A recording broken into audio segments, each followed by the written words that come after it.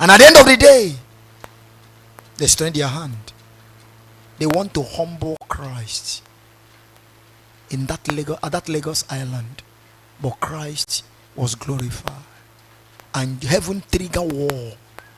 Two opposing camps started to fight. We were many preachers that preach in the market. I can't count the number. And now we say, as at that time, my own fellowship was the youngest. And I supposed to be tagged as enemy to them. All of them ran down to me and said, Pastor, there's a war. I laughed. I said, what's war? He said, look at you, you are laughing. Don't you see what is happening? We are all dead though. These people, they want to kill all of us. You know they have juju. You know they have court. I laugh. Oboni man, I've seen man that have more courts. We need to carry Jesus. It pays.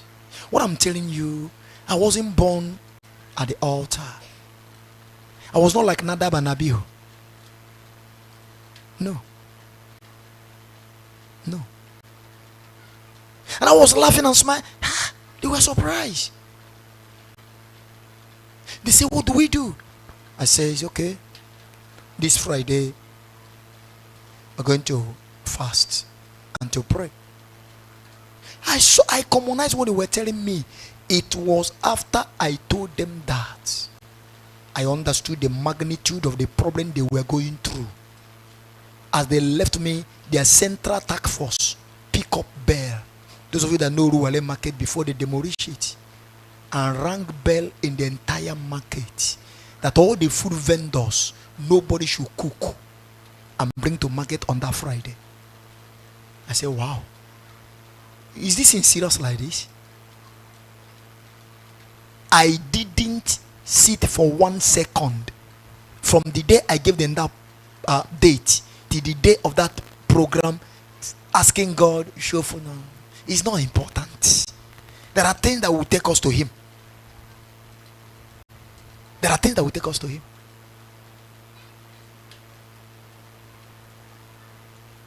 And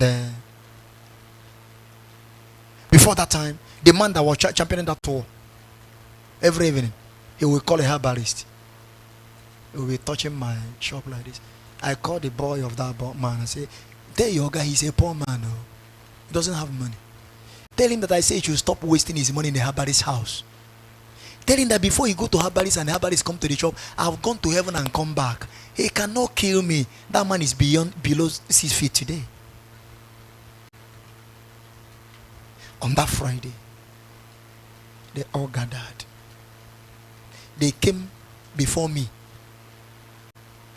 We started a program. I deliberately did what I wanted to do. I took time, after time of praises and worship, time for the word. Hey, that's not what they want prayer, they want buying and losing. That's not important to me. Also, I took time, and they have not been fasting before, so now they are all hungry. I took my time. I dished out the word.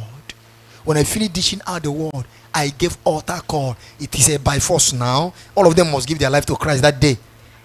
After Paul said it, if they preach Christ out of envy, however, God is glorified. As I finished, I issued few words. I told them, go. They say, is that enough? I say, it's enough. And God glorify Himself. All those Oboni and all those court people, they came for friendship. Carry holiness to where you are. Ipe. Carry holiness to where you are. That's what we're talking about during this program. Brothers and sisters, holiness pay.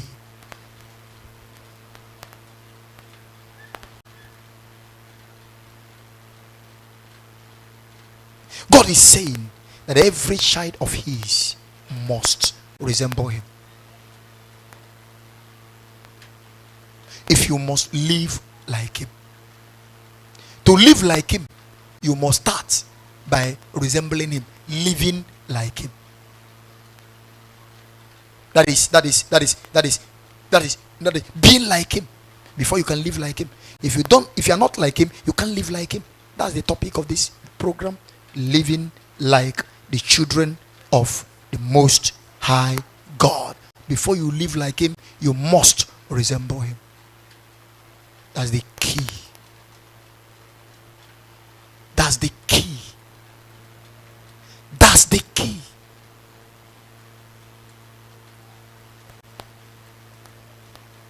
God is saying, be like me, for that was how I created you to be.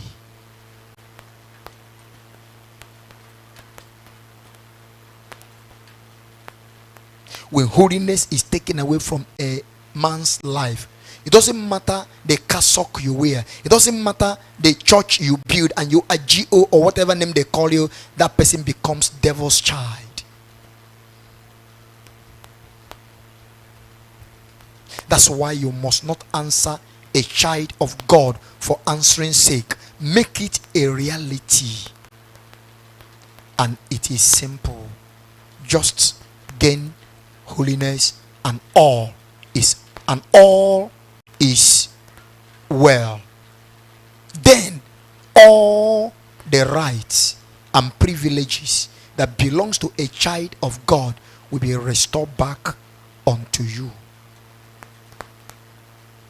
Holiness is a must for all pilgrim bond. Go for holiness, and once you gain it, do everything not to lose it, nor exchange holiness for anything. Devil will come for exchange. You have had them some years ago here when they asked me to return back to Mandalas. They will give me a plaza. You know how much it costs? There's nothing they have not asked me to take in an exchange for holiness. But do you know, holiness is God. What is bigger than God that Lucifer will give me? I've gotten the secret. Lucifer is a poor man. He has nothing.